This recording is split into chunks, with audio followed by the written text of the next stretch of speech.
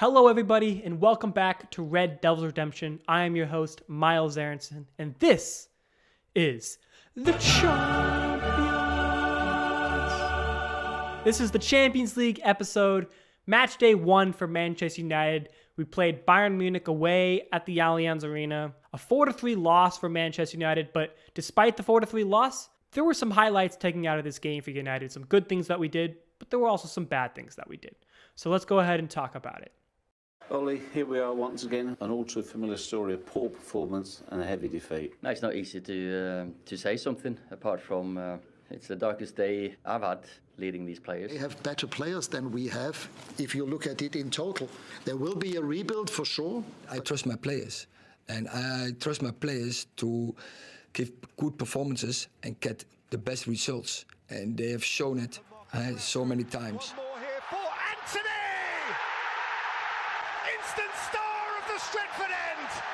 Take a bow, new boy.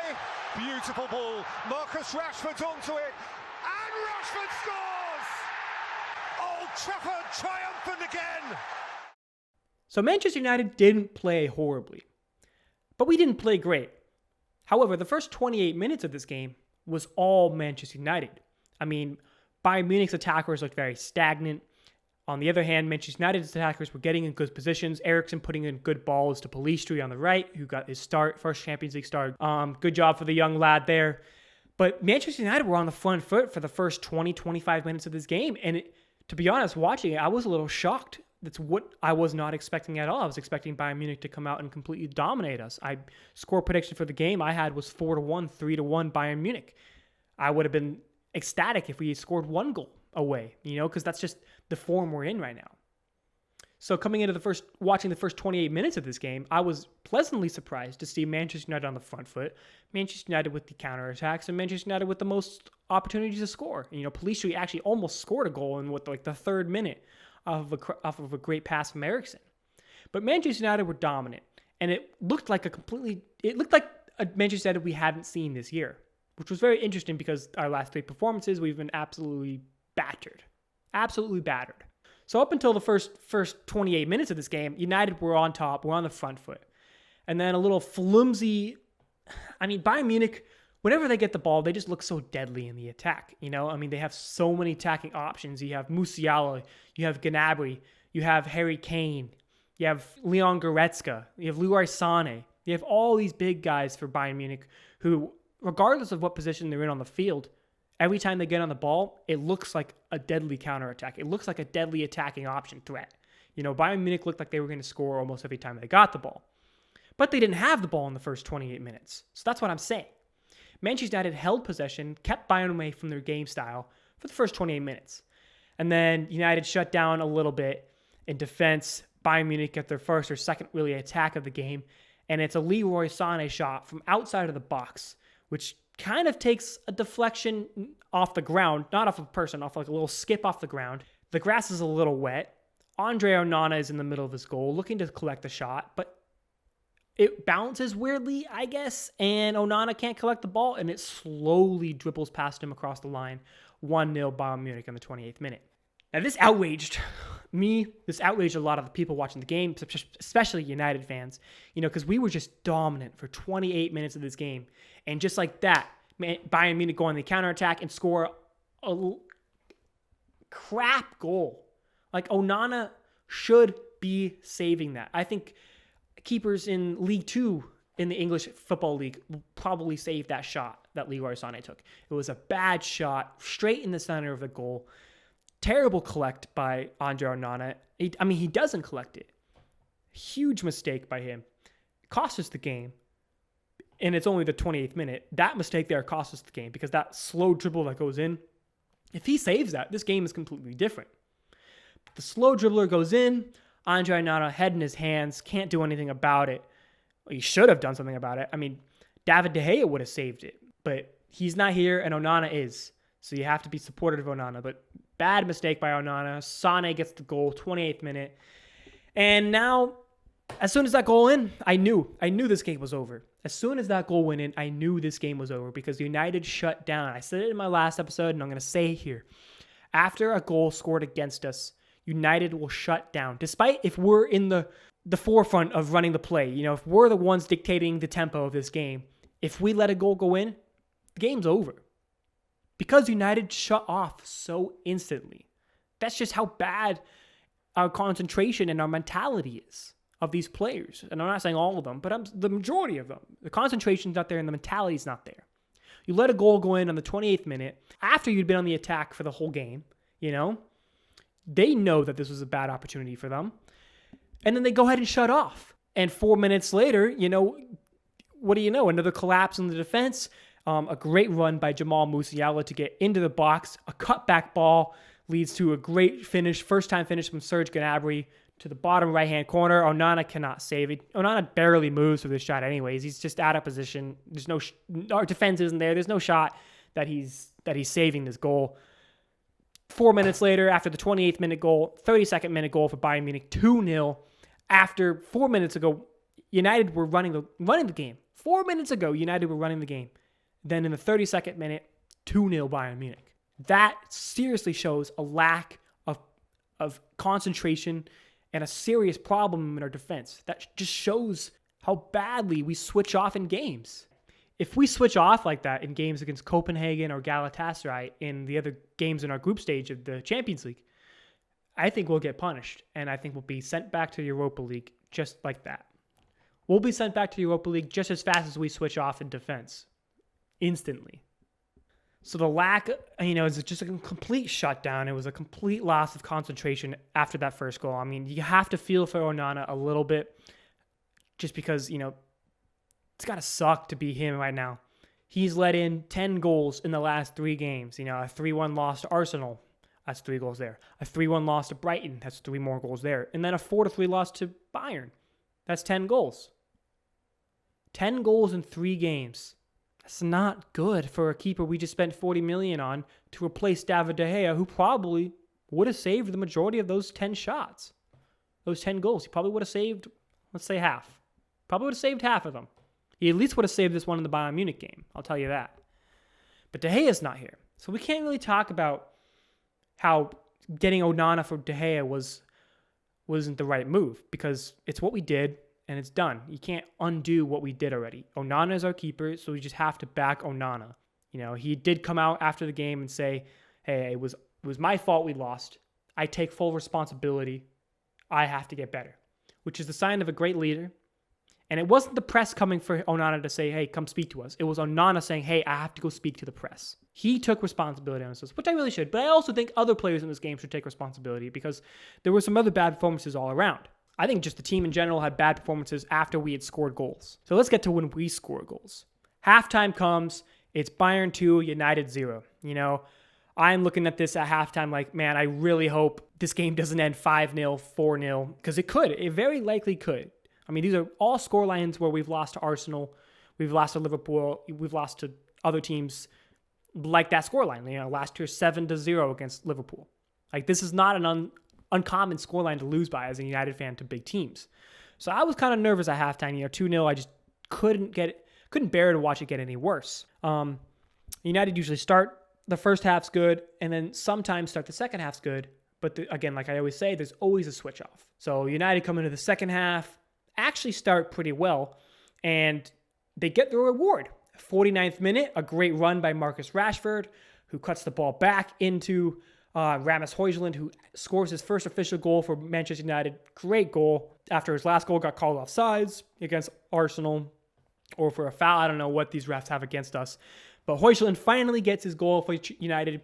When you give him opportunities in the attack, he will score. And that's what we did. He finally scored 1 touch, 1 goal for Højlund. He didn't get a single touch really in the first half. And when we finally give him a good ball in the second half, boom, goal. Just like that. 2-1 Manchester United in the 49th minute. So now us United fans, we're on the edge of our seats, right? It's like, oh shit, this could be interesting. Maybe Manchester United keeps their concentration and maybe they grab an equalizer. Maybe they grab an equalizer in this game, right? Of course not. No. The first thing United do is switch off. We switch off. 4 minutes later, a chip ball in from Kimmich in the box. Eriksen, his hand is just... I can't argue this because it is a penalty. Eriksen's hand is in the way. It hits his hand 4 minutes later, and it's a penalty from Bayern Munich in the other direction. 4 minutes after we had just scored, penalty for Bayern at the other end. Another complete switch off. This one's hard to put into words because, yes, it's a blatant penalty in Europe, but no, this penalty doesn't get called in the Premier League. We've seen it games against Tottenham. Sergio Romero, blatant handball for us. A Garnacho shot hits his hand. Clearly on his day. It's away from his body. It hits his hand. And it's just no call. It's a no call. But this penalty for Bayern, it's a very slight hit of the hand. I will say it is probably a penalty, but they go to VAR and they give it a penalty anyways. The indecisiveness and the uncertainty of what will be called and what won't be called is what really pisses me off. I mean, we'll do a little compare and contrast. So we're looking at right here, the penalty Eriksen gave away against Bayern Munich. Yes, his hand's up in an awkward position. Yes, the ball hits his hand. You probably have to give it a penalty. And they did. But then you look at this one. In the Premier League, Sergio Romero, a shot from Garnacho. That's a blatant handball, if you ask me. The ball is stuck to his hand right now. No call. Not even a look at the screen from refs in the Premier League. So I'm just sitting here watching this penalty against Bayern, wondering we're just getting screwed. Because there's obviously opportunities elsewhere in leagues where this stuff isn't getting called. So we're just getting screwed every single game. Again, I'm not going to say that this wasn't or was a penalty. This was a penalty. So it's just bad timing. Eriksen, I don't know what he's doing with his hands up, but it's just unfair from different refereeing organizations and different leagues to call penalties here and not call the same thing elsewhere.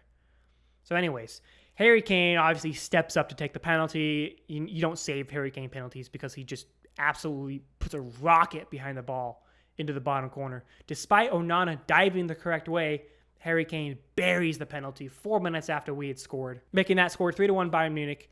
And then it's kind of like, for 4 minutes, we had our opportunity to get back in this game. But now a stupid handball costs us this game. Just unfortunate. The Eriksen handball, it's obviously you can't do anything about it. Harry Kane scores, nothing you could do about it there. Then the play was pretty stagnant, pretty much not exciting until around the end of the game. It was like the 88th minute-ish. United start to get a couple more chances in the 80th minute. 88th minute comes. Ball's been bouncing around in the box. Falls to Casemiro, who kind of chips it up to himself. Tries the half volley, but it doesn't work out. He falls to the ground and then scores the goal off the ground. He did a little kick off the ground.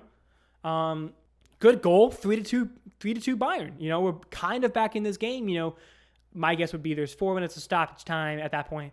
There's 2 minutes left in regulation. We have about 6 minutes to possibly grab an equalizer. The game's 3-2. We probably don't deserve it, but here we are. And this is just where it gets sad. Because every time we freaking score,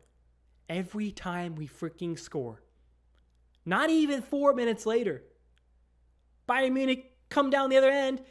Not a single person in the midfield decides to press Kimmich at the top of the 18. Why? It's Kimmich, by the way. He's like a De Bruyne for the German league. He chips a beautiful ball into Matthias Tell, the 18-year-old. Lindelof isn't marking him. Lindelof forgets the defender. The defender slips in behind Lindelof. The attacker slips in behind Lindelof, sorry. Chests the ball, volleys the ball, top of the corner, goal. 4 minutes after we had scored to make it 4-2 Bayern Munich. At this point, you see the pattern, right? You see the pattern. It's we score, we turn off. 5 minutes later, they score. Finally, we find a way to get back in. We score. 4 minutes later, we turn off. They score. It's just we can never get back into this game because of the lack of concentration in this team. The lack of concentration and the lack of hustle and passion. It really is. I saw this video of Scott McTominay. He loses the ball in the Manchester United attack. And then Bayern Munich go on the counterattack in the opposite direction. And instead of sprinting back to go get the ball that he just lost, he decides to walk back. As a center defensive mid, he decides to walk back. The ref is actually running faster than him. We have the majority of our team actually walking back. It's just not a good look. You said that you want to stay here on the team and fight for your spot. I'm talking about Scott, of course. We tried to get him out. We tried to transfer him out, but he said no, he wants to stay for the team and fight for his spot. All right, stay for the team and fight for your spot then. But walking back after losing the ball in the midfield is not fighting for your spot. I mean, there's a reason why you're not starting. And there's a reason why you don't get a lot of minutes. It's because of shit like that.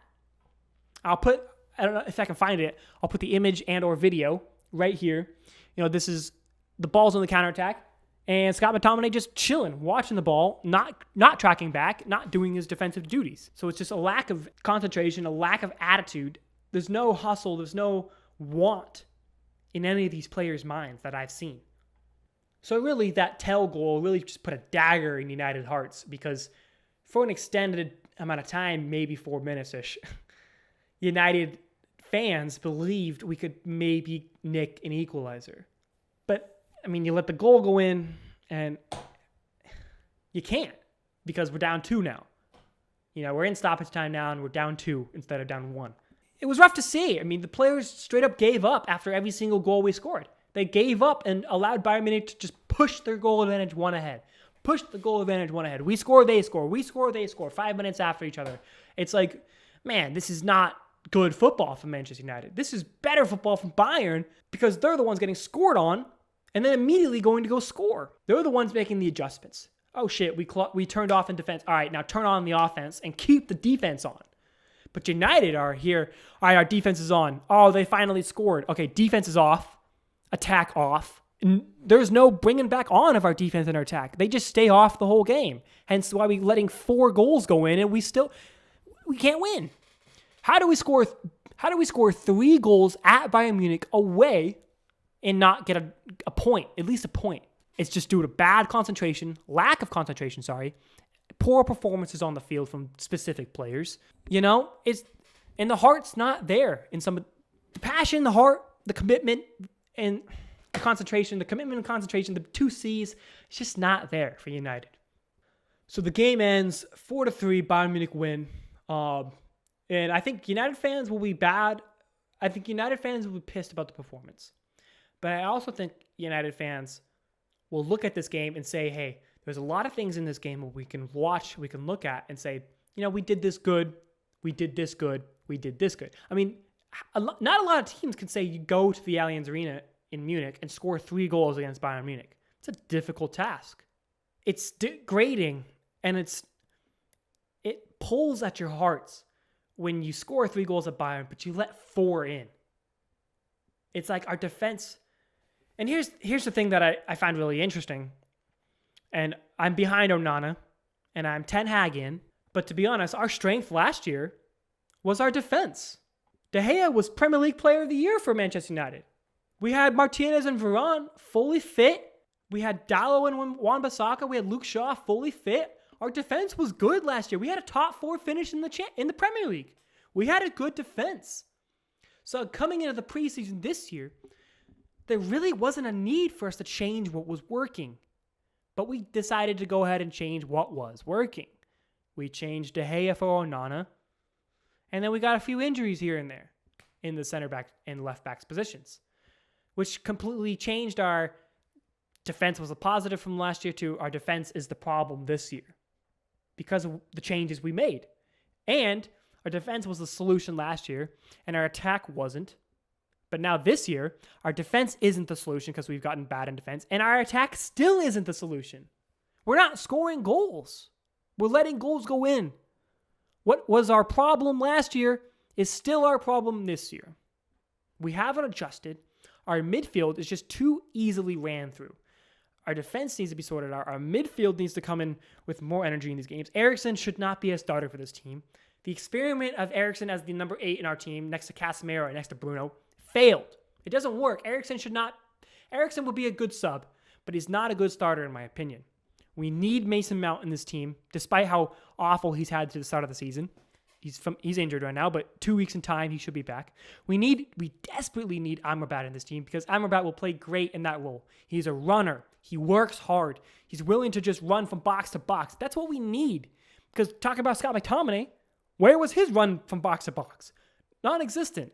So to get Mason Mount, Sofiane Amrabat, and Rafael Varane in the center back, to get those guys back from injury, At least those 3 guys. To get those guys back from injury and into our lineups is going to be huge for us. We desperately need those players to up our game and to give us a little more squad depth because at the moment we don't have any.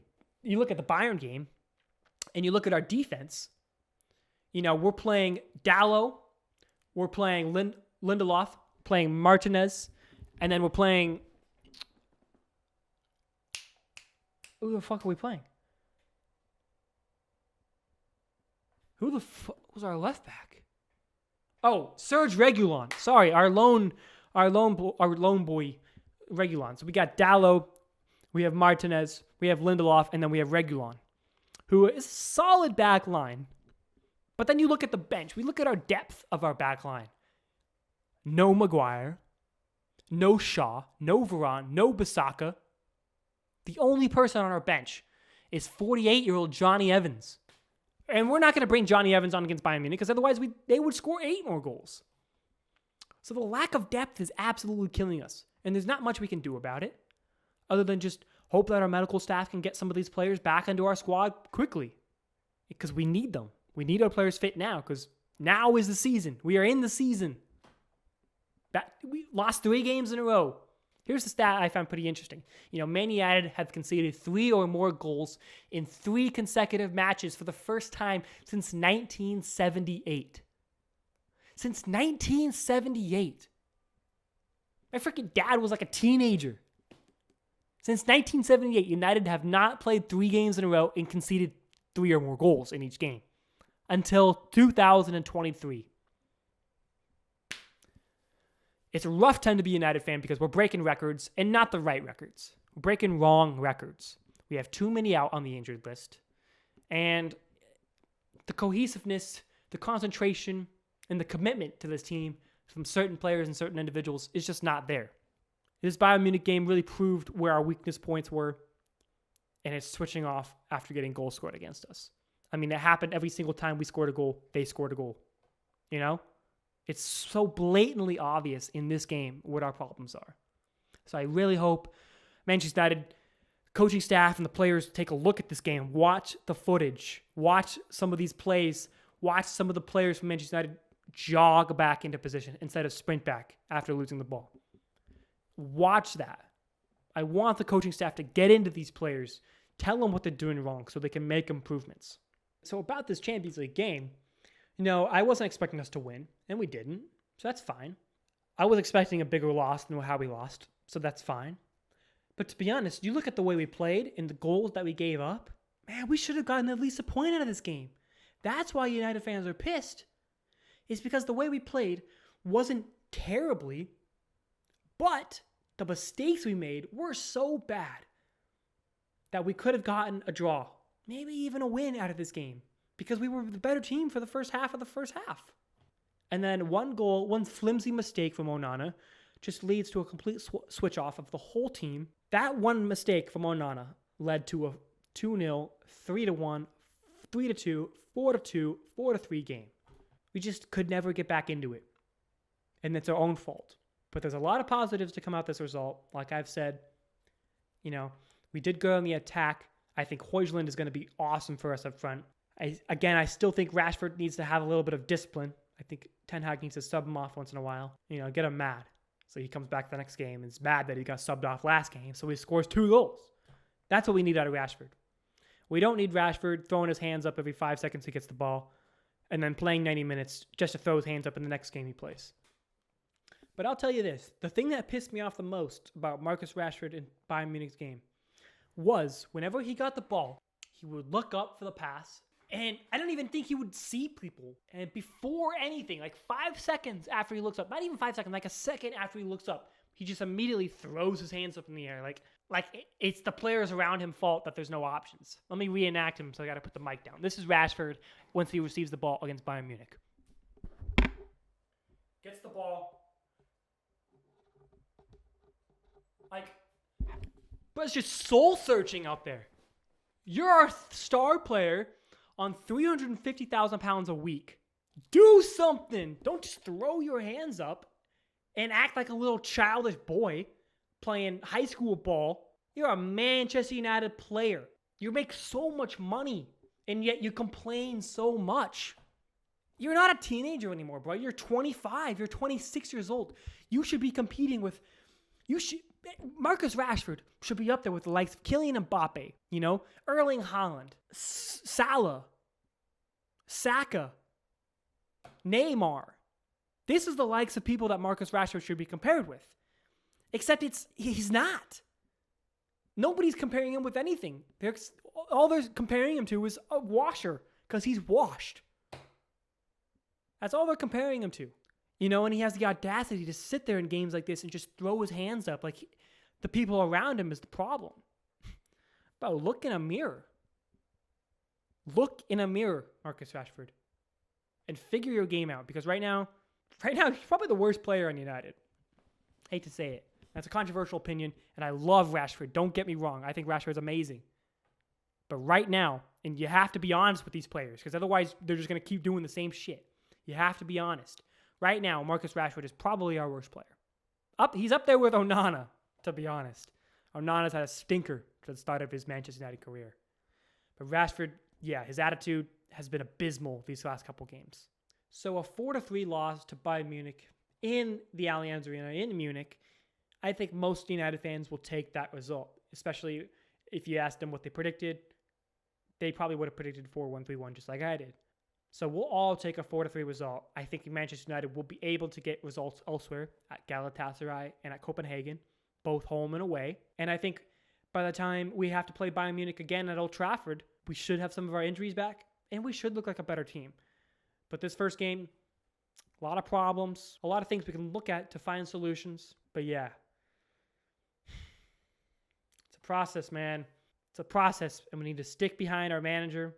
We need to Ten Hag in. It's too early for us to say Ten Hag out.